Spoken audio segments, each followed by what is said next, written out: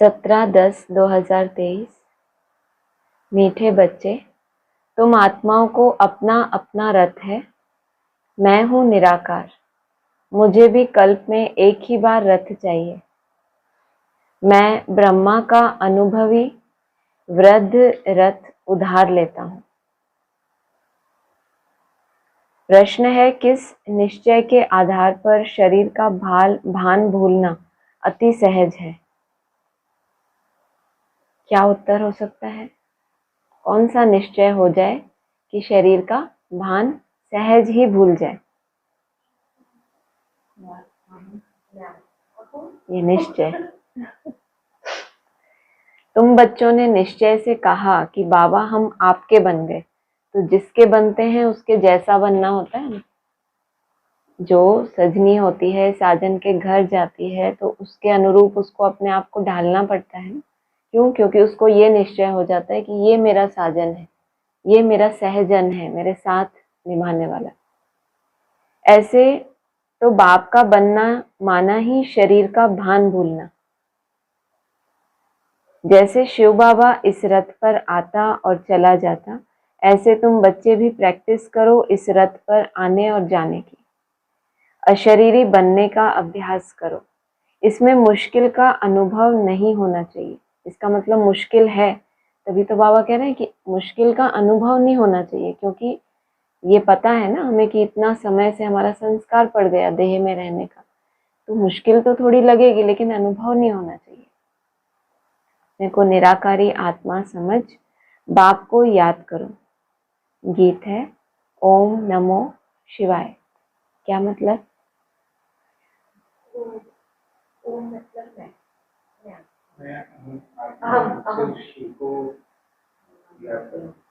सुन लिया आपने?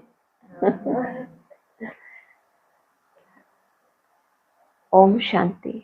शिव बाबा बच्चों को इस ब्रह्मा के रथ द्वारा समझाते हैं, क्योंकि बाप बच्चों से ही पूछते हैं, मुझे अपना रथ तो है नहीं, मुझे रथ तो जरूर चाहिए।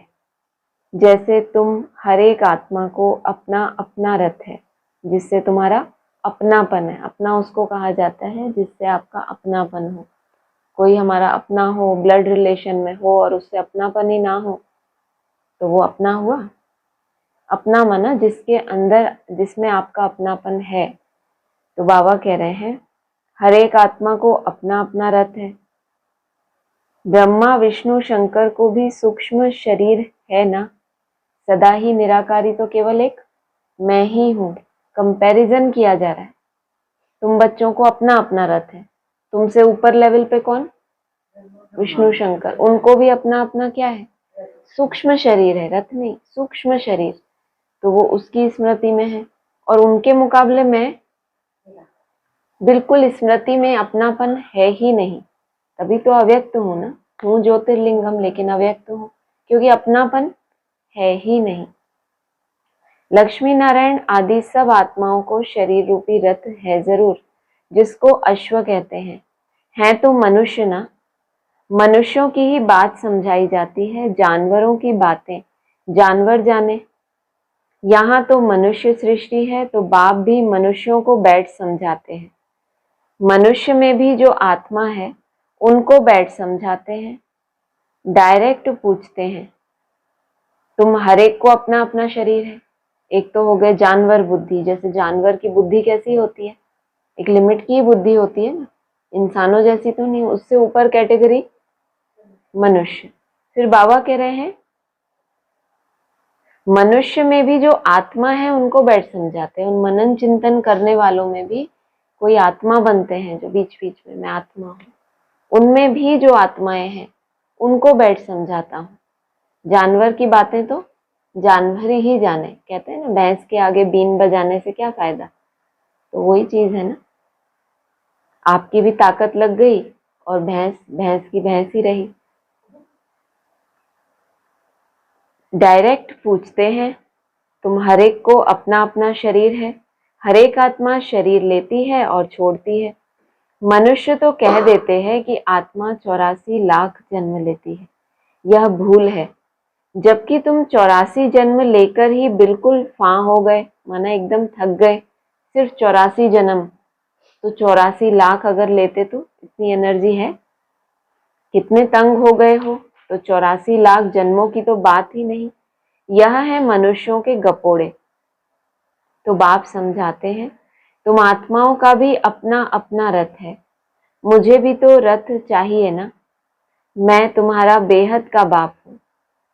गाते भी हैं पतित पावन ज्ञान का सागर, तुम और कोई को पतित पावन नहीं कहेंगे, लक्ष्मी नारायण आदि को भी नहीं कहेंगे। पतित सृष्टि को पावन बनाने वाला अर्थात पावन सृष्टि स्वर्ग का रचयिता परमपिता परमात्मा बिगर कोई हो नहीं सकता। सुप्रीम फादर वही है। बाप जानते हैं तुम नंबरवार पत्थर बुद्धि से पारस बुद्धि बन रहे हो। बाहर वाले मनुष्य यह नहीं जानते बुद्धि पत्थर बुद्धि है और बुद्धि पारस बुद्धि है। बताया ना उस दिन एक स्लोगन आया था बहुत अच्छा, कि कोई भी कैसे पता चले कि आप पारस बन गए। कोई भी आपके कनेक्शन में आए तो पारस माना सोना बन जाए। तो क्या कहा था कि जो भी कोई आपको देखे तो उसको क्या भूल जाए, शरीर भूल जाए। तो आप क्या बन गए, इसका मतलब पारस। आप स्वयं भी उस स्थिति में हो तभी तो आप दूसरे को दे पा रहे हो। जो चीज आपके खजाने में है ही नहीं तो आप दूसरे को कैसे दोगे। आपके सामने आते कोई शरीर ना भूले, देहभान में आ रहा है, क्रोध में आ रहा है, लेकिन आपकी स्थिति अडिग है तो उसके ऊपर उसका वाइब्रेशन का प्रभाव पड़ता है। बाहर वाले मनुष्य यह नहीं जानते तो बाप समझाते हैं मुझे भी जरूर रथ तो चाहिए ना। मुझ पतित पावन को जरूर पतित दुनिया में आना पड़े ना। प्लेग की बीमारी होती है तो डॉक्टर को प्लेगियों के पास आना होगा। बाप कहते हैं तुम्हारे में 5 विकारों की बीमारी आधा कल्प की है। मनुष्य तो दुख देने वाले हैं, इन 5 विकारों से तुम बिल्कुल ही पतित बन गए हो। तो बाप समझाते हैं मुझे पतित दुनिया में ही आना पड़े ना। पतित को ही भ्रष्टाचारी कहा जाता है, पावन को श्रेष्ठाचारी कहेंगे। बरोबर तुम्हारा भारत पावन श्रेष्ठाचारी था, लक्ष्मी नारायण का राज्य था, जिसकी ही महिमा गाते हो सर्वगुण संपन्न, वहां सब सुखी थे। यह तो कल की बात है। तो बाप कहते हैं मैं आऊं तो कैसे आऊं, आने के लिए तो एकदम तैयार हूं। आऊं तो कैसे आऊं, किसके शरीर में आऊं, जैसे हम डिसाइड करेंगे उनके लिए कि बाबा हमारे शरीर में आ जाओ। पहले तो मुझे प्रजापिता चाहिए, उन्होंने चूज भी कर लिया, मुझे प्रजापिता चाहिए। सूक्ष्म वतनवासी को यहाँ कैसे ला सकता, पूछो उनसे जो कहते हैं कि शिव बाबा पहले सूक्ष्म वतन में ब्रह्मा के तन में आते हैं, फिर दोनों मिलकर नीचे साकार तन में आते हैं। बाबा कह रहे हैं बच्चे तुम बताओ, ये लोग तो ऐसा कहते हैं, अब तुम समझो कि मैं क्या कहना चाहता हूँ। सूक्ष्म वतनवासी को यहाँ कैसे ले आ सकता। अगर सूक्ष्म वतनवासी को यहाँ लाना है तो वहीं बैठ के ना अपना कार्य कर लूं उसके साथ, आने की दरकार ही क्या, मैं खुद निराकार। तो कोई लॉजिक होना चाहिए ना कि अगर सूक्ष्म वतनवासी को साथ में यहाँ लेकर आना है तो वहां सूक्ष्म वतन से काम नहीं कर सकता। तो बाबा कहते हैं मुझे तो यहाँ आना पड़ता है, यहीं से अपना कर्तव्य करता हूँ, तो फिर सूक्ष्म वतनवासी को यहाँ कैसे ले आ सकता हूँ। अगर यहीं उससे कार्य करवाना था तो उसको वहां बुलाया क्यों। कह रहे थे ना ब्रह्मा बाबा ने लास्ट में क्या सुनाया, एक तरफ बाप खींच रहा था मुझे, अगर फिर वापस ही यहाँ लाना था उनको तो फिर बाबा ने तो कहा सूक्ष्म वतन में सेवा की गति बहुत फास्ट है। वह तो फरिश्ता है ना, उनको पतित दुनिया में ले आऊं यह तो दोष हो जाए। ऐसा दोष शिव बाबा अपने सर लेना नहीं चाहता। भले हम अपने हिसाब से जो भी समझते रहे, लेकिन बाबा बता रहे हैं कि अगर सूक्ष्म वतनवासी ब्रह्मा को पकड़ के मैं यहाँ पर आए दोनों आत्माएं तो ये तो दोष हो जाए।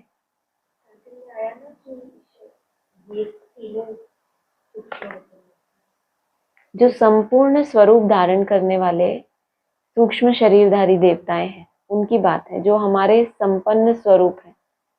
वो ब्रह्मा की आत्मा जिसने साकार में पार्ट प्ले किया फिर फरिश्ता बनी, वो तो फरिश्ता है ना, ऐसा बोला। उनको यहाँ कैसे ले आऊं? ऊपर बोला पहले तो मुझे प्रजापिता चाहिए, यहाँ प्रजा है, उसकी पालना करने वाला पिता मुझे यहाँ चाहिए। इसका मतलब प्रजापिता यहाँ और सूक्ष्म वतन में ब्रह्मा। तो ये प्रैक्टिकल की बात है। वो जो 3 देवताएं हैं सूक्ष्म वतनवासी, वो उन 3 जो प्रैक्टिकल प्रत्यक्ष होने वाले उनके संपन्न स्वरूप है। जो संदेशियां कहती थी ना कि ब्रह्मा बाबा यहाँ साकार में खड़े हैं और इनका संपूर्ण स्वरूप कहाँ है? वतन में। वो पूरा प्रकाश का है। ये इनको भी वैसा बनना है। तो 2 हो गए ना। तो जो साकार से फरिश्ता बना वो, और जो अव्यक्त वतन में ऑलरेडी संपूर्ण स्वरूप है ब्रह्मा का, वो 2 की बात हो। कहेंगे कि मैंने क्या गुनाह किया? अगर मैं सूक्ष्म वतनवासी को ऑर्डर करूं कि आपको भी चलना है मेरे साथ नीचे, तो वो क्या बोलेगा कि मैंने क्या गुनाह किया जो मैं इतने अच्छे वतन में बैठा हूं और मुझे नीचे जाना पड़े? बड़ी मुश्किल से पीछा छूटा, इतने सारा झंझट। बाबा कहते थे ना, बाप बड़ी रमणीक बातें समझाते हैं। समझेगा वही जो बाप का बना होगा। लो, बाप के बनेंगे तो ये बातें गहराई वाली समझ आएंगी, नहीं तो जितना समझ आया है समझेंगे बस वही बाबा ने समझाया है। डिफरेंस है। आप बाप के बने तो जैसे बाप अति सूक्ष्म है, तो आपकी बुद्धि भी उतनी सूक्ष्म होके आपका मंथन गहराई में जाएगा। नहीं तो आपको जितना समझ आ रहा है आप कहोगे बस इतना ही बाप ने समझाया है। तो बाबा तो कहते हैं जितने महीन बनेंगे, जितना सार में टिकेंगे, उतना विस्तार क्या होगा? ऑटोमेटिक होता रहेगा। बाप कहते हैं मैं आता ही तब हूं जब धरती पर पाप बढ़ जाता है। अगर हम कहें कि 2018 में बाप का पार्ट पूरा हो गया, समाप्ति वर्ष हो गया, तो क्या पाप का बढ़ना खत्म हो गया? अभी तो धीरे धीरे बढ़ रहा है या कम हो रहा है? मैं आता ही तब हूं जब धरती पर पाप बढ़ जाता है। तो ऐसे कैसे कह सकते हैं कि अब बाप चला गया, अब जो करना है हमको करना है? कलयुग में मनुष्य कितने पाप करते हैं? तो बाप पूछते हैं, बच्चे बताओ मैं आऊं तो किसके तन में आऊं? सूक्ष्म वतनवासी के तन में आऊं? ऐसा? तो बाबा पूछ रहे हैं, मुझे चाहिए भी जरूर वृद्ध अनुभवी रथ। यह जो मैंने रथ लिया है बरोबर इनके बहुत गुरु किए हुए हैं, शास्त्र आदि पढ़ा हुआ है। शास्त्र भी पढ़ा हुआ होना चाहिए। दादी के तन में जो कहते हैं उन्होंने शास्त्र आदि पढ़े हुए थे। शास्त्र आदि तो बचपन से जो आत्मा समर्पित है, ज्ञान में है, शास्त्र आदि पढ़ा हुआ वृद्ध अनुभवी तो नहीं कहेंगे उनको। तो धरती पर आते ही तब हूं जब धरती पर पाप बढ़ जाता है, और धरती पर पाप का विनाश हुआ नहीं और बाप पहले ही चला जाए, ऐसा कैसे हो सकता है? तो उसको वृद्ध अनुभवी रथ चाहिए जो कि शास्त्र आदि भी पढ़ा हुआ है। यह भी लिखा हुआ है ना कि बहुत पढ़ा हुआ था। अर्जुन की बात नहीं है। मुझे कोई अर्जुन या कृष्ण का रथ थोड़े ही चाहिए, मुझे तो चाहिए ब्रह्मा का रथ। उनको ही प्रजापिता कहेंगे। ऊपर क्या बोला था? पहले तो मुझे प्रजापिता चाहिए। सूक्ष्म वतनवासी को यहाँ कैसे ला सकता हूं? तो 2 हो गए। एक सूक्ष्म वतन में है, वो कौन हुआ? ब्रह्मा। प्रजापिता यहाँ चाहिए। अभी क्या बोला? मुझे तो चाहिए ब्रह्मा का रथ। सूक्ष्म वतनवासी ब्रह्मा का नहीं, उनको ही प्रजापिता कहेंगे, उसको नहीं, उनको। जिस तन का आधार लें उसका नाम ब्रह्मा रखना पड़े। तो ब्रह्मा जो सूक्ष्म वतनवासी हो गए, और जो साकार में है उनको ही प्रजापिता कहेंगे, क्योंकि वो प्रजा के पिता बनने का रोल प्ले कर रहा है। कृष्ण को तो प्रजापिता नहीं कहेंगे, बाप को तो ब्रह्मा का ही रथ चाहिए जिससे ब्राह्मणों की प्रजा रचे। ब्राह्मणों का है सर्वोत्तम कुल, विराट रूप दिखाते हैं ना। देवता, क्षत्रिय, वैश्य, शूद्र, बाकी ब्राह्मण कहाँ गए यह किसको भी पता नहीं। ऊंचते ऊंच है ब्राह्मणों की चोटी। चोटी हो तभी समझा जाता है कि यह ब्राह्मण है। ब्राह्मण तो पूरा शरीरधारी एक है, लेकिन बाबा कह रहे हैं उसकी चोटी हो। चोटी माना ऊंची स्टेज, टॉप मोस्ट स्टेज कहते हैं ना, बड़ा ऊंची ऊंची बातें करता है ये तो ना, चोटी की बातें, एकदम पीक। चोटी माना पीक। चोटी हो तभी समझा जाता है कि यह ब्राह्मण है। ब्राह्मण अर्थात संपूर्ण पवित्र। व्यर्थ संकल्प भी क्या है? अपवित्रता। और ब्राह्मण अर्थात संपूर्ण पवित्र। चोटी हो तब ही समझा जाता है कि यह ब्राह्मण है।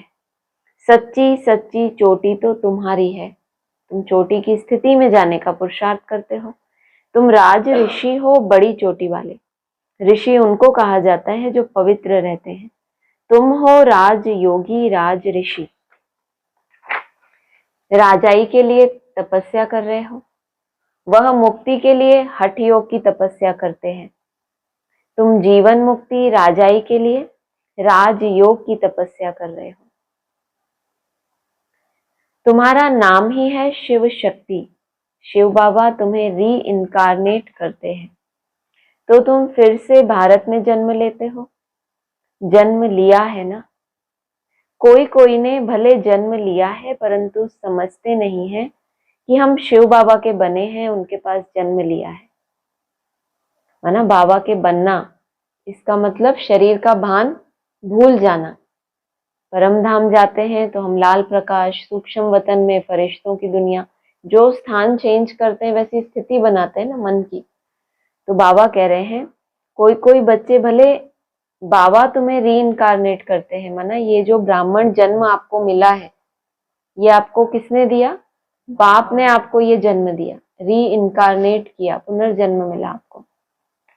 आदि में भी तो जन्म था, अभी फिर शिव बाबा ने हमको पक्का ब्राह्मण बनाया, तो तुम फिर से भारत में जन्म लेते हो। भा माना रोशनी, रथ माना लगा हुआ। उस रोशनी में लगा हुआ जो परिवार है तुम्हारा, वहां जन्म होता है, तुम्हें चेतना आती है। जन्म होता है तो क्या होता है? जब किसी का जन्म होता है तो वो आत्मा दुनिया देखती है कि अच्छा ये क्या है, ये क्या है। हर चीज को छोटा बच्चा क्या करता है? हर नई चीज को कैसे ऑब्जर्व करता है कि ये क्या है, ये क्या है। तो उसका जन्म हुआ। अब धीरे धीरे धीरे धीरे बोलना सीखेगा, पढ़ेगा, समझेगा। री इनकारनेशन आदि सो अंत है ना। आदि में भी बाबा के साथ जो पार्ट प्ले किया ईमानदारी से, जो भी आपने त्याग कर दिया होगा, उसका फल लेने के लिए फिर से इस जन्म में बाप का बनाया। उसने खींचा हमें। बाबा कहते हैं ना, इसने नहीं, मैंने तुमको खींचा। तो अभी तुमने फिर से भारत में जन्म लिया, फिर से भारतवासी बन गए। पहले पहले इधर उधर भटक जाते हैं ना। कलयुग, अभी जो हमारा जन्म था, ज्ञान में आने से पहले कैसे कैसे संस्कार, अलग अलग धर्मों के संस्कार, कुछ छिलका, कुछ ना कुछ ऐसा होता है ना। फिर से भारत में जन्म, फिर तुम्हें अपनी ओरिजिनलिटी की स्मृति दिलाई कि तुम भारतवासी हो। ज्ञान की रोशनी में लगे रहना तुम्हारा कर्तव्य है। तो हमें याद आ गया। कोई कोई बच्चों को, कोई कोई ने भले जन्म लिया है, उनको भी सब पता चल गया है, लेकिन समझते नहीं है कि हम शिव बाबा के बने हैं, उनके पास जन्म लिया है। समझते हैं हम ब्रह्मा कुमार कुमारी हैं, ब्राह्मण हैं, लेकिन ये विश्वास कि शिव बाबा ने मुझे ये नया जन्म दिया, इसमें शिव बाबा का रोल था, मुझे उसने खींचा, समझ दी और भारत में जन्म दिया। अगर ऐसा समझें तो शरीर का भान बिल्कुल ही निकल जाना चाहिए कि बाबा ने किस उम्मीद से मुझे अपने घर में जन्म लिया। उसका घर माना भारत, शिव बाबा का घर माना भारत। तो किस उम्मीद से जन्म दिया कि बच्चे क्या करे, क्या करे? शरीर का भान भूल जाए। बाप हमसे यही चाहता है ना कि तुम मेरे बने। कोई भी माँ बाप होते हैं, बच्चों को जन्म देते हैं तो चाहते हैं ना बच्चा ऑफिसर बने, कोई माँ बाप चाहते हैं बच्चा ऐसा बने। बाप चाहते हैं मेरे बच्चे संपूर्ण देवता बने। हाँ, पहले ना बाप की इतनी पूजा होती है तो बच्चों की भी पूजा होना, अपने से भी ऊंचा बनाते हैं, डबल रूप की पूजा होती है। तो ये होता है ना बाप का कर्तव्य कि बच्चे को अपने से भी श्रेष्ठ बनाए। गुरु लोग तो क्या करते हैं, अपना फॉलोअर बनाते हैं, और बाप बच्चों को आप समान बनाते हैं।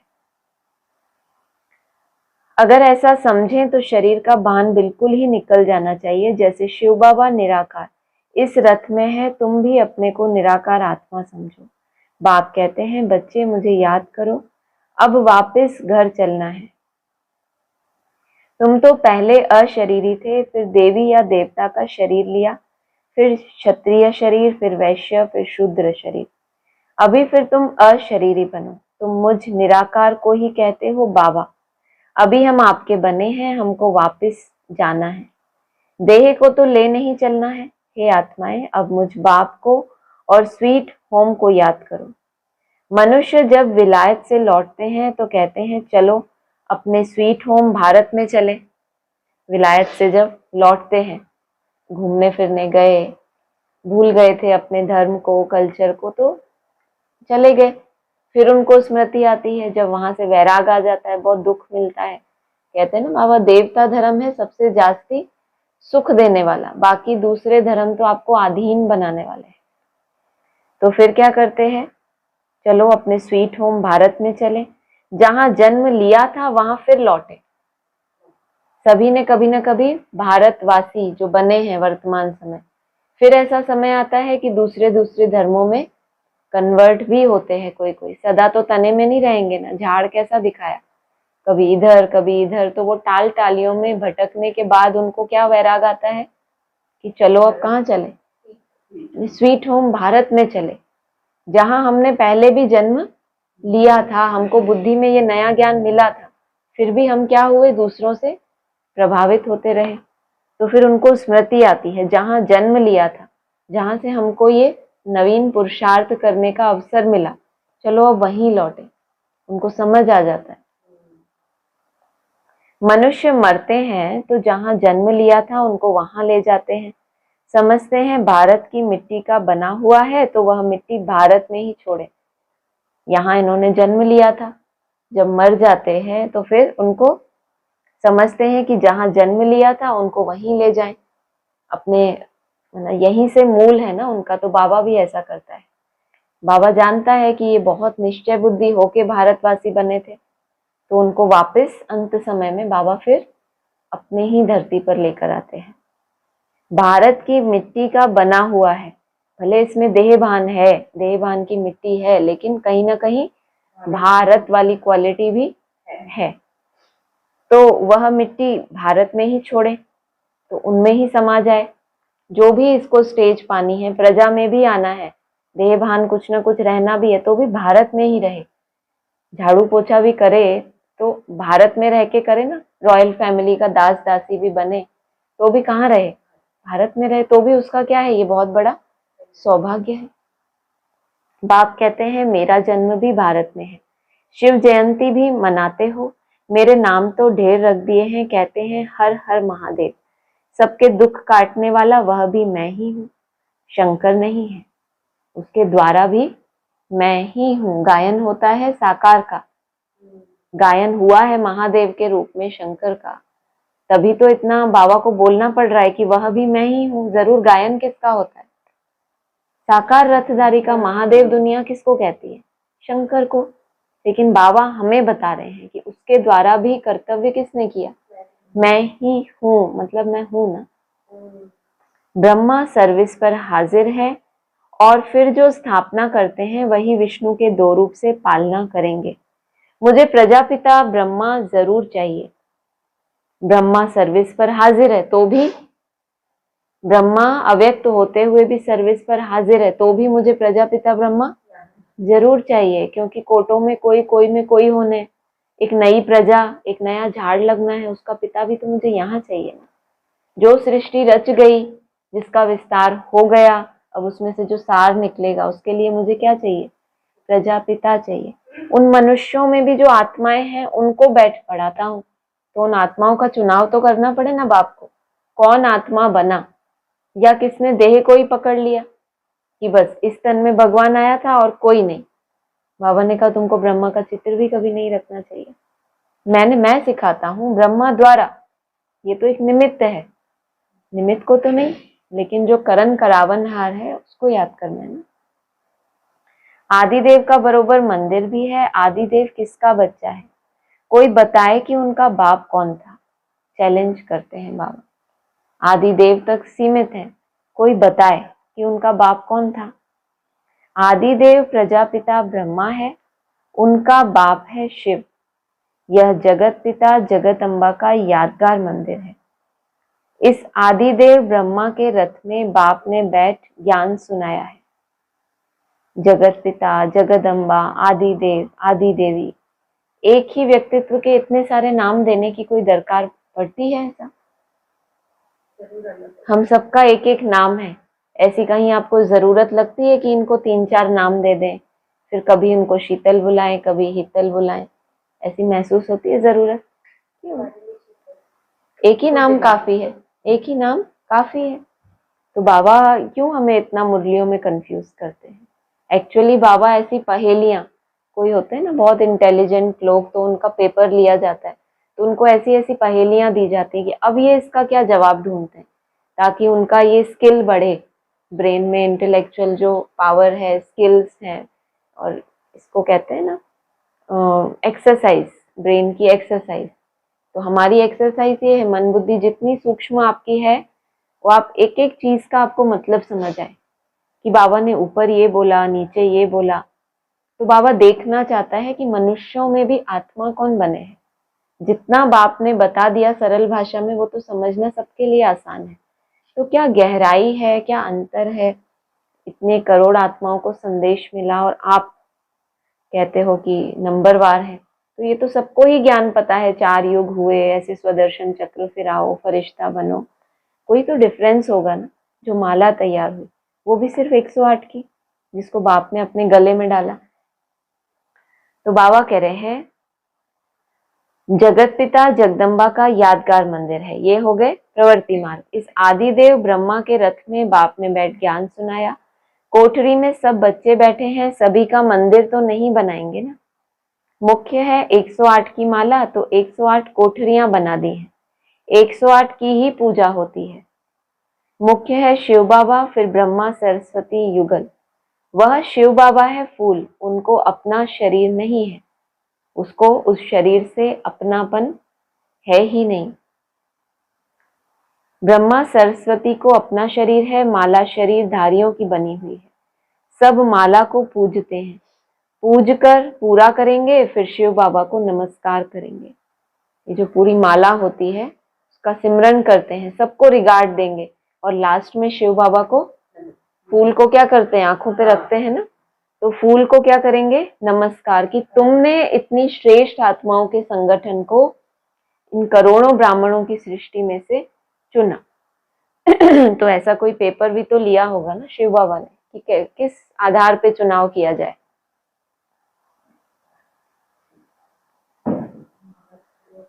तो जो हमें पढ़ाई दी गई है, ये हमारा सिलेबस है ना, ये क्या है, हमारा सिलेबस है। तो एग्जाम भी किस में से होगा, इसी में से होगा, या आउट ऑफ द बॉक्स कहीं से भी आ जाएगा एग्जाम, इसी में से आएगा ना। वो पर्सनल होते होंगे, लेकिन आंसर सभी इसमें है। ये डिपेंड करता है कि वो मैथमेटिक्स की बुक एक ही होती है।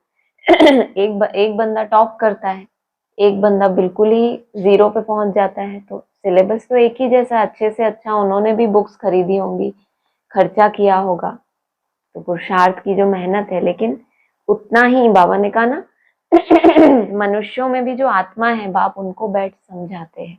आत्मा बनो तो तुम्हें खुद महसूस होगा कि मुरली के द्वारा बाबा मुझे कुछ समझाना चाहता है। कंडीशन एक ही है कि उसके जैसा हमें बनना है।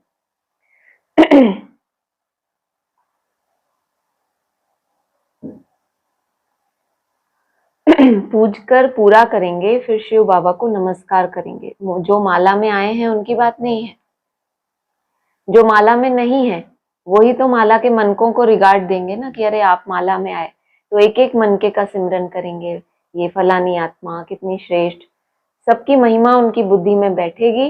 लास्ट में उसको बनाने वाला ऐसा कौन है, उसके सामने नमन करेंगे। माला शरीर पूछ के फिर माथा झुकाएंगे, क्योंकि उसने इन सबको पतित से पावन बनाया, इसलिए पूजी जाती है। माला हाथ में ले बैठ राम राम कहते हैं। परमपिता परमात्मा के नाम का किसी को पता नहीं। शिव बाबा है मुख्य, फिर प्रजापिता ब्रह्मा और सरस्वती भी मुख्य है। बाकी ब्रह्मा कुमार कुमारियां जो जो पुरुषार्थ करते रहते हैं उन्हों के नाम होंगे। आगे चलकर तुम सब देखते रहेंगे। जब पिछाड़ी होगी तब तुम यहां आकर रहेंगे। कहाँ आकर रहेंगे? जब पिछाड़ी होगी तो तुम यहाँ आकर रहेंगे। कहाँ आकर रहेंगे? यहाँ। अच्छा, अब पिछाड़ी हो गई इसलिए हम यहाँ आ गए कल से रहने के लिए। अब पिछाड़ी हो गई। जो पक्के योगी होंगे वही रह सकेंगे उस स्थिति में, यहाँ जहाँ बाप है। अब बाबा ऊपर बैठा है, मान लो कि कोई वहां बैठा है, तो वहीं से बैठ के बोलेगा ना कि तुम भी यहाँ आ जाओ। तो जो वहां बैठा है वही हमें बोलेगा ना तुम भी यहाँ आ जाओ। अगर वो वहां नहीं है तो बोलेगा वो वहां जा सकेंगे। यहाँ मतलब जहाँ वो है ऑलरेडी। जिस तब तक यहाँ बोला ना तुम यहाँ आकर रहेंगे। अभी तो जहाँ वहां जाते हो बाबा की उस निराकारी स्थिति में, फिर आ जाते हो, फिर तुम वहां पे रहेंगे। रहेंगे जैसे कि अभी तक हम कैसे करते थे? अभी तक हम यहाँ इस घर में आना जाना करते थे ना, यहाँ पे आते थे चले जाते थे, थोड़ी देर आते थे चले जाते थे।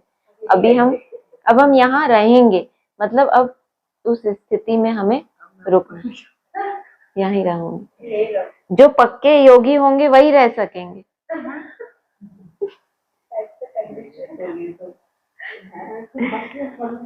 भोगी तो थोड़ा ठक्का सुनने से खत्म हो जाएंगे, क्योंकि यहाँ रहेंगे और इतना बड़ा चैलेंज, उस स्थिति में आप रहेंगे तो माया फिर क्या करेगी? रुस्तम से रुस्तम बन के लड़ेगी ना।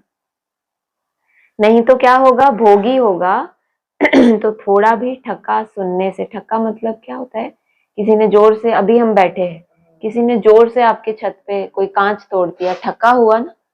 तो भोगी होगा तो डर जाएगा, खत्म हो जाएगा कि अरे ये क्या हो गया, ऐसा कैसे बोल दिया, ऐसा ऐसा। बहुत लोग जो भी कुछ है, कोई का ऑपरेशन देखने से भी मनुष्य अनकॉन्शियस हो जाते हैं। ऑपरेशन किसी और का हो रहा है क्लास में होता है ना कि कभी किसी का ऑपरेशन होता है, माना उसको अच्छे से डंडे पड़ता है तो सिर फटेगा ना, फिर उसको ऑपरेट करेंगे कि अंदर में जो कचरा है वो बाहर निकालो, फिर उसको पैक करो। तो वो क्या हो रहा है? किसी का ऑपरेशन हो रहा है, अनकॉन्शियस कौन हो रहा है? हम हो रहे हैं अनकॉन्शियस। ऑपरेशन दूसरे का हो रहा है, अनकॉन्शियस हम हो रहे हैं। तो कोई कोई इतने कमजोर हो जाते हैं, देख नहीं सकते, सुन नहीं सकते। इसलिए अर्जुन ने भी क्या करा? बस बस, अब मैं और सहन नहीं कर सकता। तो भगवान ने ऐसा कुछ विकराल रूप दिखाया होगा ना। तो वो विकराल रूप क्या है? कुछ अलग से है क्या? या ऐसे दांतों वाला रूप बना के दिखाएगा कि वो डर जाए? बस बस, सूर्य के समान तेज, इतनी अग्नि है उस बोल में, ज्वाला रूप है, अब मैं सहन नहीं कर सकता। तो बाबा कह रहे हैं अभी पार्टीशन में कितने मनुष्य मरे। वो लोग तो गपोड़े मारते रहते हैं कि हमने बिगर कोई लड़ाई राज्य ले लिया, परंतु मरे इतने जो बात मत पूछो। कहते हैं गांधी की अहिंसक नीति थी तो हमने क्या ले लिया? अंग्रेजों को हमने भगा दिया। कैसे भगाया? अहिंसा के द्वारा। और मरे कितने वो भी तो देखो। जब पार्टीशन उन्होंने इसलिए ही किया ना कि कोई लड़ाई झगड़ा नहीं हुआ, क्या कोई शांति नहीं। वो लोग तो मरे इतने जो बात मत पूछो, यह है ही झूठी माया। अभी सच्चा बाप बैठ तुमको सच सुनाते हैं। बाप कहते हैं मुझे रथ तो जरूर चाहिए। मैं साजन बड़ा हूं तो सजनी भी कैसी चाहिए? बड़ी चाहिए। बड़ी माना क्या? उम्र में बड़ी, अनुभव में बड़ी, स्टेज में बड़ी, सब प्रकार का अनुभव, माया का भी अनुभव तो ऊंचे से ऊंची स्थिति का भी अनुभव। और ब्रह्मा बाबा ने अपनी लास्ट वाणी में क्या बोला कि ये बाबा भी अभी कर्मातीत बना नहीं है, इनको भी अभी समय लगेगा। लेकिन जो पार्ट उनका फिक्स हो गया उसके आधार से जो मैक्सिमम उनको हाइट तक जाना था वहां तक वो आत्मा गई। इसीलिए अगर हम कर्मातीत कहते हैं तो कोई गलत नहीं है। धर्म पिताओं की लिमिट है 8 कला तक, तो वो संपूर्ण कहेंगे अपने आप को। जब वो 8 कला तक पहुंचेंगे उनको लगेगा पाना था सो उससे ऊपर वो सोच भी नहीं सकते।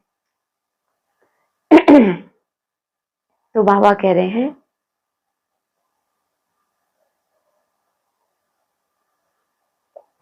क्या बोला बाबा ने जब तक मैंने ब्रेक लिया आप लोग बोलो। अभी अभी क्या बोला बाबा ने? अरे कान कान खुले थे कि नहीं? नहीं, बाबा ने क्या कहा वो तो मैंने ऐड किया।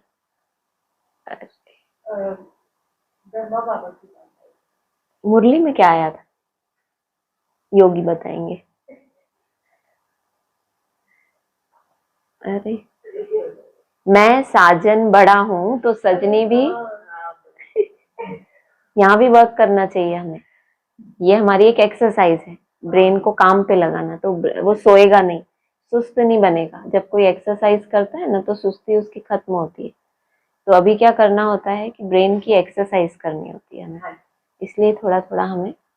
एक लाइन पीछे ही पूछी है, ये लाइन पढ़ के तो मैं पानी पीने लग गई थी बीच में, वो याद रह गया।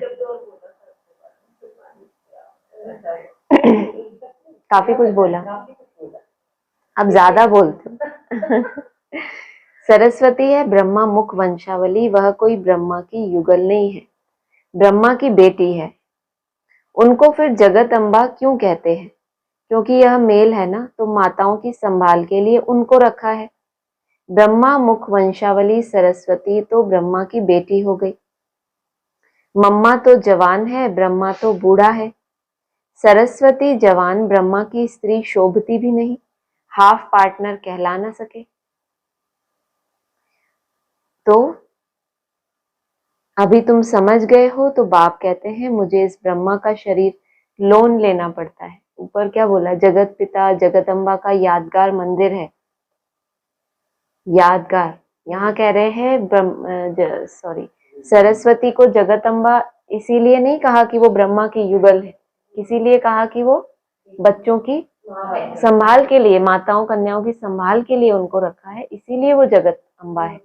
जहाँ आदिदेव का मंदिर सिंगल बताया, जगत पिता जगत अम्बा का मंदिर प्रवृत्ति मार्ग का बताया, तो यहाँ पर प्रवृत्ति नहीं है, सिर्फ माताओं की संभाल है, इसीलिए उनको जगत अम्बा कहा। तो जरूर ऊपर जो बात की है वो प्रवृत्ति मार्ग की बात है, तभी तो कहा है ब्रह्मा सरस्वती को वास्तव में मम्मा बाबा नहीं कहेंगे, क्योंकि ये तो बेटी है, बेटी है ना।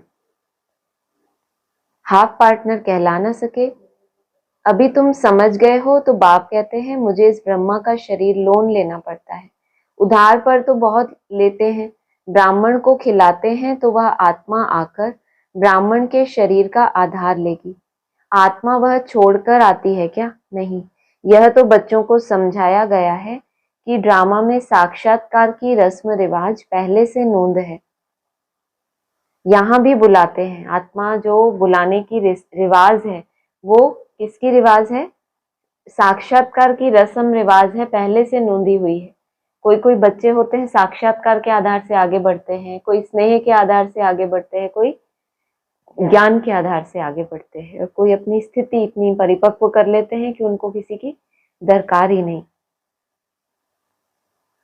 तो आत्मा वह शरीर छोड़कर आती है क्या? जिन्होंने जन्म ले लिया है तो वो आत्माएं तो नहीं आएंगी।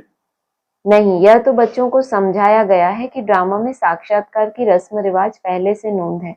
यहाँ भी बुलाते हैं, यहाँ ब्राह्मणों की दुनिया में भी बुलाते हैं ना। ऐसे नहीं कि आत्मा शरीर छोड़कर आएगी, नहीं, यह ड्रामा में नोंद है। बाप के लिए तो यह रथ नंदी गण है, नहीं तो शिव के मंदिर में बैल क्यों दिखाते हैं? और दो बैलों का गायन है, नंदी भृंगी, दो ही बैलों का गायन है, तो नंदी गण कहा जाता है। गण माना समूह, कहते हैं ना सभी हर चीज के पीछे गण लगाते हैं ताकि ये इतनों का समूह है। नहीं तो शिव के मंदिर में बैल क्यों दिखाते हैं? सूक्ष्म वतन में शंकर के पास बैल कहाँ से आया? वहां तो है ही ब्रह्मा विष्णु शंकर, और वह युगल दिखाते हैं, प्रवृत्ति मार्ग दिखाते हैं, बाकी वहां जानवर कहाँ से आया? मनुष्यों की बुद्धि कुछ भी काम नहीं करती, जो आता है सो कहते रहते हैं, जिससे waste of time waste of energy होती है। तुम कहते हो हम सो पावन देवता थे, फिर पुनर्जन्म लेते लेते हम पतित पुजारी बने हैं। आपे ही पूज्य आपे ही पुजारी। पूज्य और पुजारी कोई भगवान नहीं बनता, उनको थोड़े ही 84 जन्म लेने पड़ते हैं। माया मनुष्यों को बिल्कुल पत्थर बुद्धि बना देती है। हम सो का अर्थ यह नहीं कि हम आत्मा सो परमात्मा है। तो क्या है अर्थ हम सो का?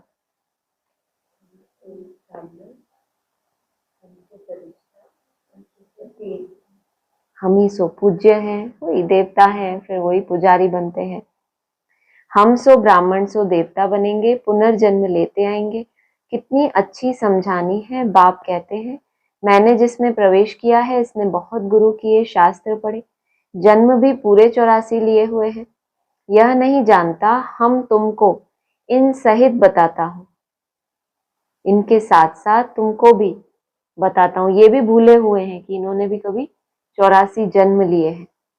ब्रह्मा को भी बतलाता हूँ, इन सहित तुमको भी बतलाता हूँ, ब्रह्मा को भी बतलाता हूँ। सदैव भी तो सवारी नहीं कर सकता हूँ, ब्रह्मा मुख वंशावली ब्राह्मणों को बतलाता हूँ। मुझे रथ भी चाहिए ना, तुम बच्चे याद करते हो और मैं आ जाता हूँ, मुझे तो सर्विस करनी है। आदि की कहानी है ना, बाप लिखाते थे और बाबा लिखते थे। तो हम तुमको इन सहित बताता हूँ, जो बाप लिखाता था उन सहित उसको भी तो पता चल रहा है ना, जो शिव उसको जो वो जो बोल रहा है उसको भी तो अंदर आत्मा बता रही है, और फिर ब्रह्मा को भी बतलाता हूँ, तभी तो वो लिखते हैं ना। क्लियर हुआ? हम तुमको इन सहित बताता हूँ, ब्रह्मा को भी बतलाता हूँ। माना इन सहित, इनके साथ तो मैं कंबाइंड हो गया कि तुमको बतला रहा हूं, लेकिन ये तो कंबाइंड है, तो पहले इसने जाना, ब्रह्मा को भी बतलाता हूं इनके द्वारा। हो गया ना, बाप लिखा रहे हैं, बाबा लिख रहे हैं, तो बाबा को ब्रह्मा को भी पता चल रहा है ना वो बात जो बाप को पता चल रही है निराकार के द्वारा। तुम बच्चे ब्रह्मा मुखवंशली ब्राह्मणों को ही बतलाता हूँ, मुझे रथ भी चाहिए ना, तुम बच्चे याद करते हो और मैं आ जाता हूँ, मुझे तो सर्विस करनी है। तो श्री श्री शिव की मत से भारत पावन बनता है। नर्क वासियों को श्री श्री का टाइटल देना रॉन्ग है। आगे श्री नाम नहीं था, अभी तो सबको श्री अर्थात श्रेष्ठ बना दिया है। श्री श्री तो है शिव बाबा, फिर सूक्ष्म वतनवासी ब्रह्मा विष्णु शंकर, फिर लक्ष्मी नारायण। यह समझने की बातें हैं। नॉलेज बड़ी मजे की है। ये नॉलेज कैसी है? लड़ाई झगड़े की नहीं है कि ये सही है वो सही, बड़े मजे की है। जो समझ आ रहा है उसका मजा लो, क्योंकि आपको ही क्यों समझ आ रहा है, क्यों हम आत्मा बने, कुछ न कुछ हमने त्याग किया। हमारा पिछला पुरुषार्थ और इस जन्म का पुरुषार्थ एडिशन होके वो समय आ गया कि हमें समझ आया। तो जो ज्ञान है क्या है, बड़ी मजे की चीज है। परंतु कोई पढ़ते पढ़ते रफू चक्कर हो जाते हैं, माया हाथ छुड़ाती है। इस पॉइंट पे आपकी आज बहुत याद की जाएगी। दुकान भी नंबरवार है ना। कोई पढ़ते पढ़ते रफू चक्कर हो जाते हैं, माया हाथ छुड़ा देती है।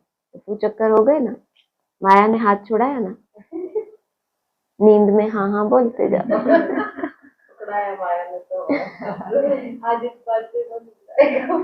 बड़ी दुकान में जरूर अच्छे सेल्समैन होंगे, दुकान भी नंबरवार है। अगर छोटी दुकान है और सेल्समैन बहुत अच्छे हैं तो बाबा उसको क्या कहते हैं?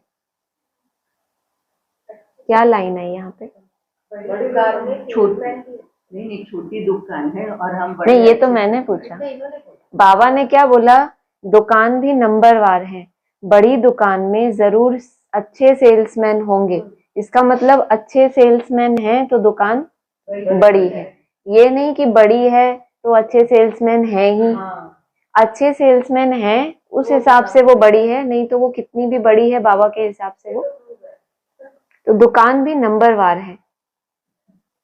छोटे छोटे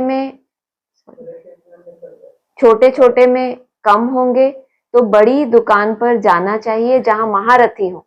सोचो, बड़ी दुकान वो जहां सभी क्या हो, माना उनकी वहां भी छाप हो, पुरानी दुकान पे भी उनकी छाप होनी चाहिए कि ये बड़े बड़े महारथी थे।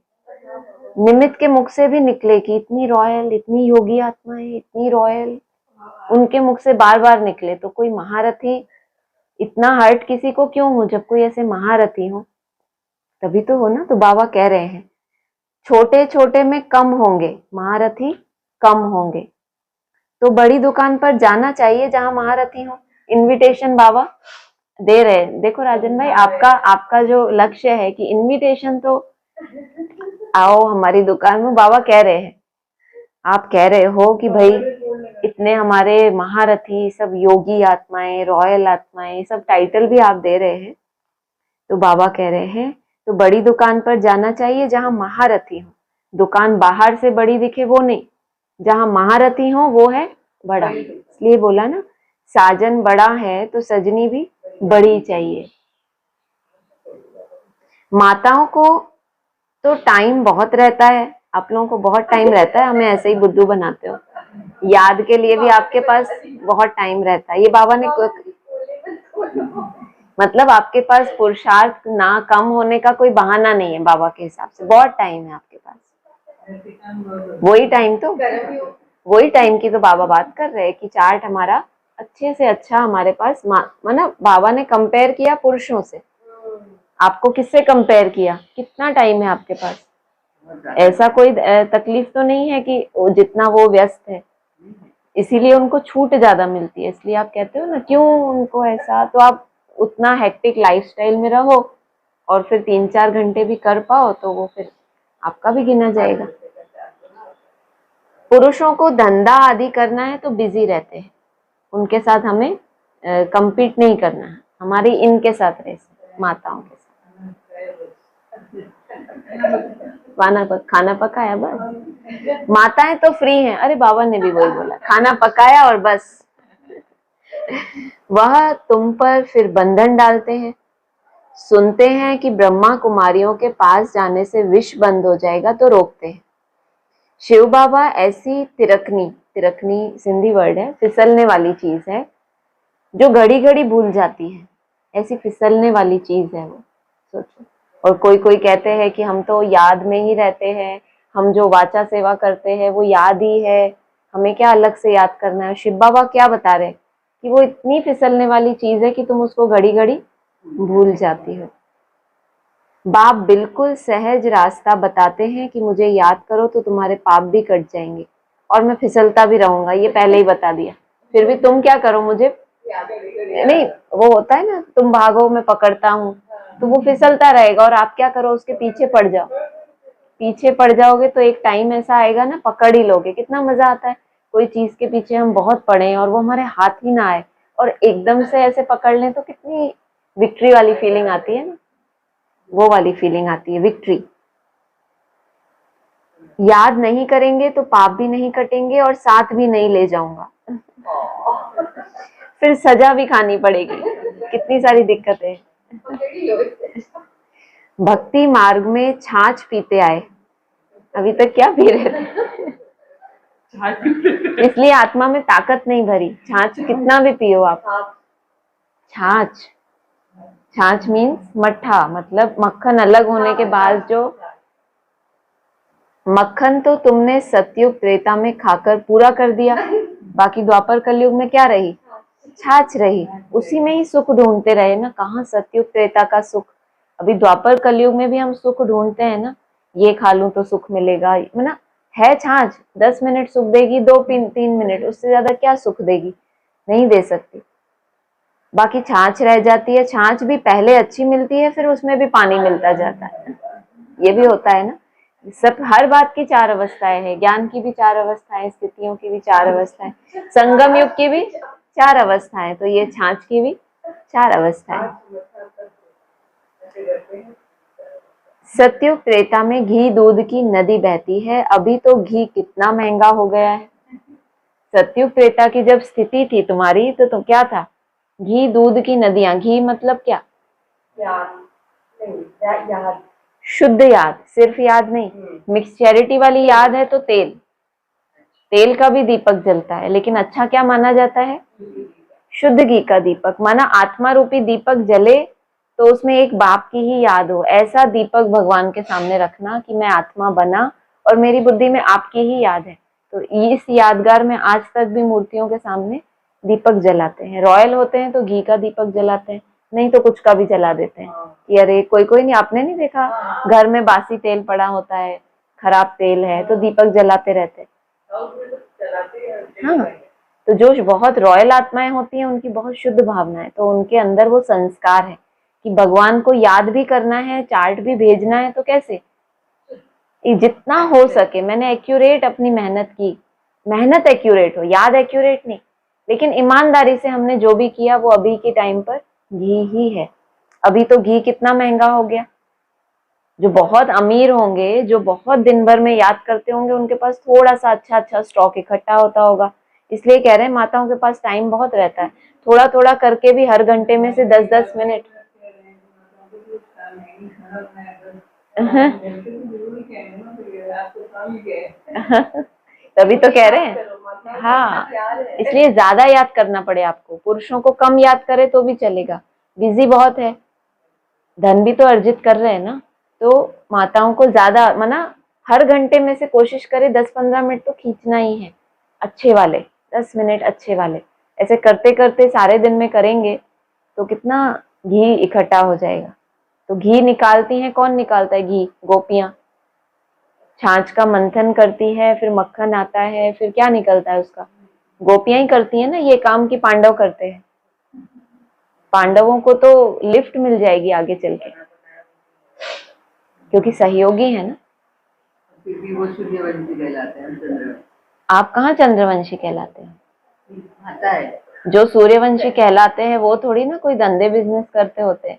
एक ही धंधा होता है, ब्रह्मा व विश्व के मालिक बनेंगे सतयुग में, तो सब कुछ त्याग कर दिया ना उन्होंने।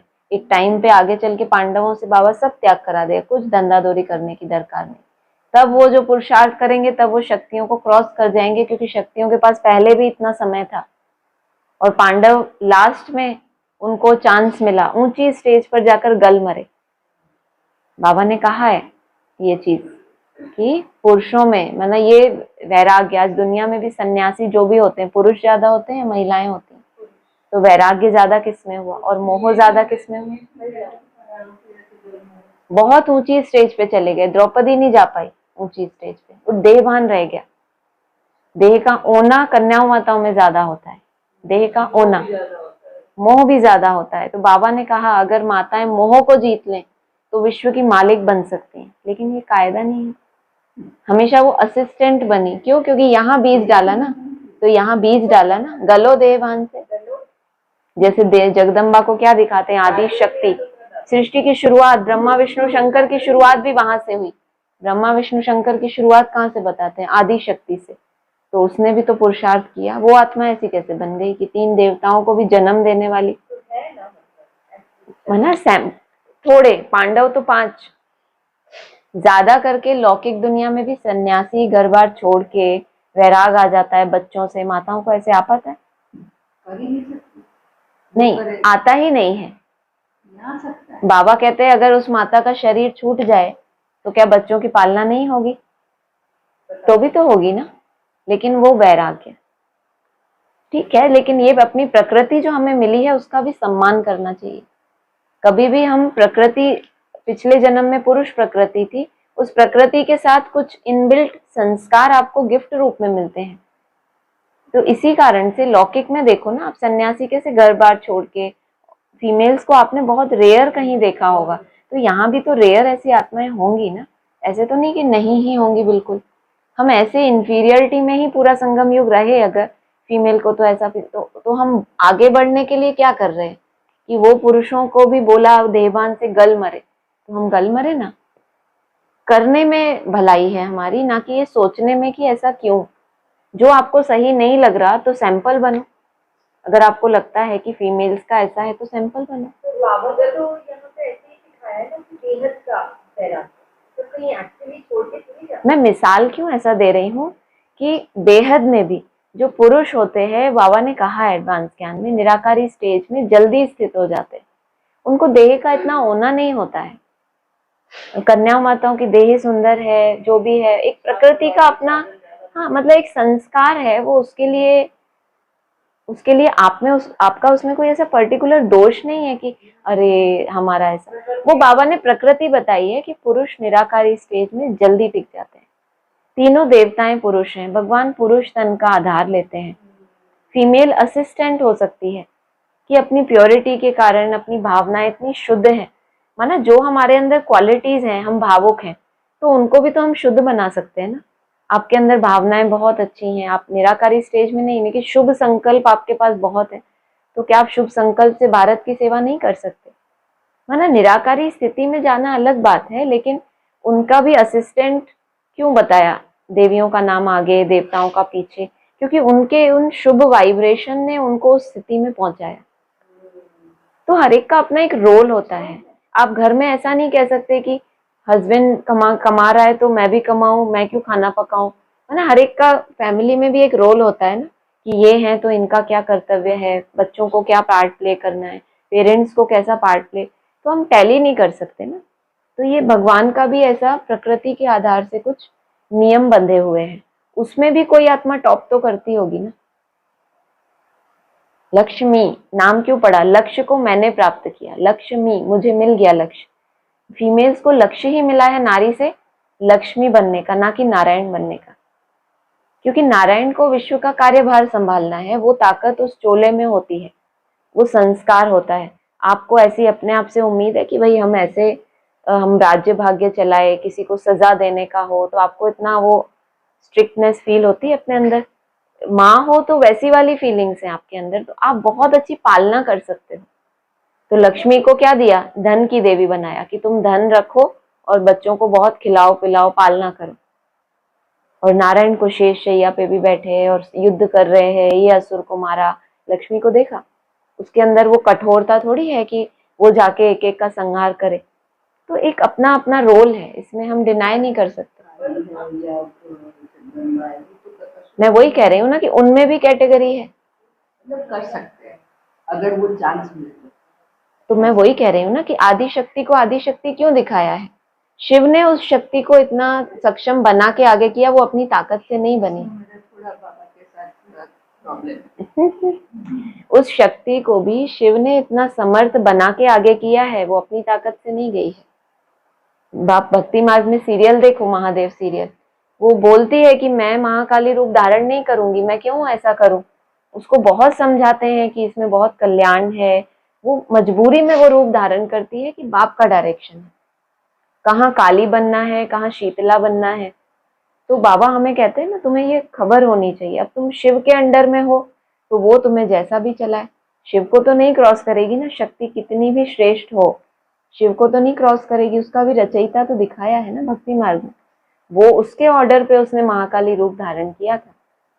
उसकी इच्छा नहीं थी कि मैं महाकाली बन जाऊं, ऐसा कोई चाहेगा कि हम ऐसे महाकाला रूप धारण करें? कोई नहीं चाहेगा। लेकिन वो आप देखना, उसमें एक स्थिति आपको दिखाई है सीरियल में कि क्या क्या परिस्थितियां थी जो उसको वो रूप धारण करना पड़ा। देखिए ना बहुत अच्छे से यहाँ पे तो आत्मा की बात है कि लक्ष्य धारण करना है, तो आत्मा तो लक्ष्मी या नारायण कोई भी रूप धारण करे, सोना तो जोला तो कोई तो मेरा कहना ऐसा थोड़ी ना कि फीमेल हम जैसे कि वो नहीं जा सकते उस वाले नारायण बहुत बड़ा दिव्य। लक्ष्मी और नारायण जो है, ये युगल जोड़ा बनता ही तब है जब समान संस्कार हो जाते हैं। बाबा ने कहीं कम ज्यादा नहीं बताया है, लेकिन दोनों में अपनी अपनी एक विशेषता है। जैसे है ना कि कोई एक विशेषता ऐसी है जो आपके अंदर ज्यादा है, कोई एक है जो आपके अंदर ज्यादा है, ऐसा तो नहीं है कि, लेकिन फिर भी आप लोगों के संस्कार मिलते हैं कि नहीं? मिलते हैं ना। लेकिन कोई एक विशेषता इनमें ज्यादा, इसका मतलब ये नहीं है कि वो उसी के कारण से आपके संस्कार मिले हुए हैं। तो लक्ष्मी की बाबा ने प्योरिटी को आगे रखा है कि प्योरिटी के मामले में लक्ष्मी, फीमेल्स को आगे रखा। निराकारी स्थिति के मामले में बाबा ने मेल्स को आगे रखा, क्योंकि नष्टो मोहा, कोई देह का होना नहीं है, देह भान को छोड़ने में एक सेकंड में, मतलब ऐसा नहीं है कि वो आत्माएं नहीं बन सकती, लेकिन मुख्य गुण जो है ना उसमें प्योरिटी का है। फिर निराकारी स्टेज का एडिशन होता है। नारायण में मुख्य निराकारी स्टेज तो है ही, उसमें इसका वाइब्रेशन, तो दोनों के संस्कार मिलके वो जैसे कि एक ही हो गए। बाबा के हिसाब से अलग है ही नहीं। हुआ सिर्फ इतना कि कोई गुण इनमें था, कोई गुण इनमें था, इनका गुण इनमें भी आ गया, इनका गुण उनमें भी चला गया, तो संस्कार मिलने लगे। आज दो लोगों के संस्कार मिलते हैं, मान लो मेरे संस्कार मिलते हैं किसी के साथ, तो जरूरी तो नहीं है कि मेरा कोई मुख्य गुण है वो उसमें भी हो तो ही होगा। कुछ ऐसा है जो मैं उससे सीखती हूँ, कुछ ऐसा है जो वो मुझसे सीखते हैं, तो हम दोनों बहुत अच्छे से एक उस पे चल रहे हैं। तो ये वैरायटी ड्रामा है, इसमें हमें एक दो का सहयोग मिलेगा तभी हम रिस्पेक्ट करेंगे ना। एक के ही अंदर सब गुण है, दूसरे तो हीन भावना में रहेगी फिर लक्ष्मी कि अरे मेरे अंदर तो कुछ है ही नहीं। कुछ उसके पास गिफ्ट है, कुछ उसके पास है, दोनों उसको मिलजुल के चलाते हैं। नहीं तो वहां भी ऐसे झगड़े हो जाए कि तुम क्या निराकारी स्टेज में और मैं ऐसे ही बस। जैसे यहाँ तो ये कलयुग वाला पोज है अभी हमारा, तो इसीलिए वो उस दिन हुआ था ना, पोज उल्टा उल्टा दिखा रहे थे कि हाँ भाई देखो लक्ष्मी नारायण के पैर दबाती है, हमने यहाँ उल्टा देखा कि नारायण जी पैर दबा रहे, तो इन्होंने कहा ये कलयुग वाला है पैर। हमने संगम युग का सोचा, इन्होंने ऐसा सोचा, इसीलिए क्लैश है। जब तक केवल मैंपन है कि मैं अलग, उस टाइम पर लक्ष्मी और नारायण में भेद ही कुछ होगा नहीं। आत्मा आत्मा क्या हो गए, भाई भाई, तो ये भी भाई मैं भी भाई, तो ये रहा कि मैं निराकारी। अरे तुम निराकारी हो तो मैं होगा ही नहीं उसमें, मैं खत्म होने के बाद ही आप निराकारी बने हो। तो ये क्या कि मैं फीमेल, तो ये भी तो देहभान है, मैं फीमेल नहीं हूं, मैं आत्मा हूं। तो फिर तो उसमें ना किसी के साथ कंपटीशन है, मेरे पास जो क्वालिटी है मुझे उसे बढ़ाना है। बाबा मेरे से, मेरे अंदर जो क्वालिटी है ना उसको यूज करके मेरे से सेवा कराएगा। तो आप कभी इन भावना में नहीं आओगे। कभी भी जब भी दूसरे से कंपेयर करोगे पुरुषों को ऐसा, तो ये भी तो मैंपन है कि मैं फीमेल हूं। क्यों, एक आत्मा बन के हम पुरुषार्थ कर रहे हैं, कुछ ऐसी पर्टिकुलर क्वालिटी है हमारे अंदर, जैसे इनके अंदर एक अपने तरह की विशेषता है जो हमारे अंदर नहीं है, तो भी तो हमारे संस्कार मिल रहे हैं ना। कुछ चीजें वो हमसे सीखती हैं, कुछ हम उनसे सीखते हैं, तो ऐसे ही होता है। इसी से हमारी रिस्पेक्ट बढ़ती है। सामने वाले में कुछ भी गुण नहीं और हम ही हम, तो फिर वो रिस्पेक्ट वाला रहेगा ही नहीं बॉन्डिंग। चलो भाई, मुरली भी पूरी होगी। अभी तो घी कितना महंगा हो गया है, बहुत मेहनत लगती है, आगे चल के बहुत सस्ता हो जाएगा। शुद्ध याद में टिकने में कोई मेहनत नहीं। अच्छा, माता पिता बाप दादा का मीठे मीठे सिकिलधे बच्चों प्रति याद प्यार गुड मॉर्निंग। रूहानी बाप की रूहानी बच्चों को नमस्ते, रूहानी बच्चों की रूहानी बाप दादा को याद प्यार गुड मॉर्निंग और नमस्ते। सार है, राज ऋषि बन तपस्या करनी है, राज को जानना और पवित्र बनना, फिर तपस्या करो। ना राज को जाना ना पवित्र बने और तुम तपस्या कर रहे। पूजनीय माला में आने के लिए बाप समान सर्विस करनी है। 108 की माला पूजनीय होती है, तो बाप समान सर्विस करनी है, पक्का योगी बनना है। बाप समान सर्विस माना पक्का योगी। नॉलेज बड़ी मजे की है, इसलिए रमणीकता से पढ़ना है। जो पढ़ रहे हो, जो निश्चय बैठ गया, उसमें मूंझने की बात नहीं। क्या बोला, इसमें ही बोला, मैं नहीं बोल रही। देखो, मूंझना नहीं है कि ये एक पॉइंट पे, कोई पॉइंट पे ही मैं अटकी नहीं, क्योंकि मैं हूं ही पॉइंट। कभी मेल कभी फीमेल, मैं खुद ही एक पॉइंट हूं। मैं क्या पॉइंट पे अटकूंगी कि ये एक पॉइंट पर, मैं खुद ही एक पॉइंट हूं। हाँ, वहां अटक जाना है, वहां से हिले ही ना। इसलिए रमणीकता से पढ़ना है, बाबा की हर बात में खुशी हो, कि बाबा के तरह से हमें समझने की कोशिश करनी। अपना एक प्रश्न हमें ऐसे फिक्स करके, ऐसे नहीं, ओपन माइंड से कि अच्छा इसमें बाबा क्या ऐड करना चाहता है, तो आपका वो प्रश्न धीरे धीरे सॉल्व होगा। वरदान है, वैरायटी अनुभूतियों के द्वारा। ये भी अनुभव है, कोई प्रश्न ऐसा है जो सॉल्व नहीं हो रहा, वो भी वैरायटी तरह के प्रश्न हैं, तरह तरह की अनुभूतियां हैं। वैरायटी अनुभूतियों द्वारा सदा उमंग उत्साह से भरपूर रहने वाले विघ्न जीत भव। रोज अमृत वेले सारे दिन के लिए वैरायटी उमंग उत्साह की पॉइंट्स बुद्धि में इमर्ज करो। हर दिन की मुरली से उमंग उत्साह की पॉइंट नोट करो। ये टास्क मिला नोट करने वाला। डायरी करनी है, अभी अगर नहीं भी है तो बाद में इसमें जो आज अच्छे लगे उनको नोट करना है, फिर होमवर्क आपका चेक होगा यहाँ पर। वह वैरायटी पॉइंट्स उमंग उत्साह बढ़ाएंगी। बाबा को कोई पड़ी नहीं है, लेकिन आपका ही उमंग उत्साह वो बढ़ाएंगी। बहुत सी ऐसी बातें हैं जिनके आधार पे हमने ये नवीनता स्वीकार की है, और बाबा हमें वेरीफाई कर रहे हैं कि देखो ये पॉइंट। और जब आप किसी के साथ शेयर करो तो आपके पास हो ना कि ये बात बाबा ने ही तो बोली है, हम अपनी मनपत तो नहीं है इसमें कोई। मनुष्य आत्मा का नेचर है कि उसको वैरायटी पसंद आती है, इसलिए चाहे ज्ञान की पॉइंट मनन करो या रूह रिहान करो, वैरायटी रूप से जीरो बन अपने हीरो पार्ट की स्मृति में रहो। अलग अलग तरह से, अलग अलग ड्रिल्स के माध्यम से बार बार जीरो बन जाओ। जीरो जिसमें कोई संकल्प नहीं, जीरो थॉट स्टेज। इसलिए चाहे ज्ञान की पॉइंट मनन करो या रूह रिहान करो, वैरायटी रूप से जीरो बन अपने हीरो पार्ट की स्मृति में रहो, तो उमंग उत्साह से भरपूर रहेंगे और सब विघ्न सहज समाप्त हो जाएंगे। स्लोगन है, अपनी अवस्था को ऐसा शांत चित्त बना लो जो क्रोध का भूत दूर से ही भाग जाए। पास मत आने दो उसको कि हमारे कनेक्शन में आए क्रोध का भूत, फिर हम उसको भगाएं।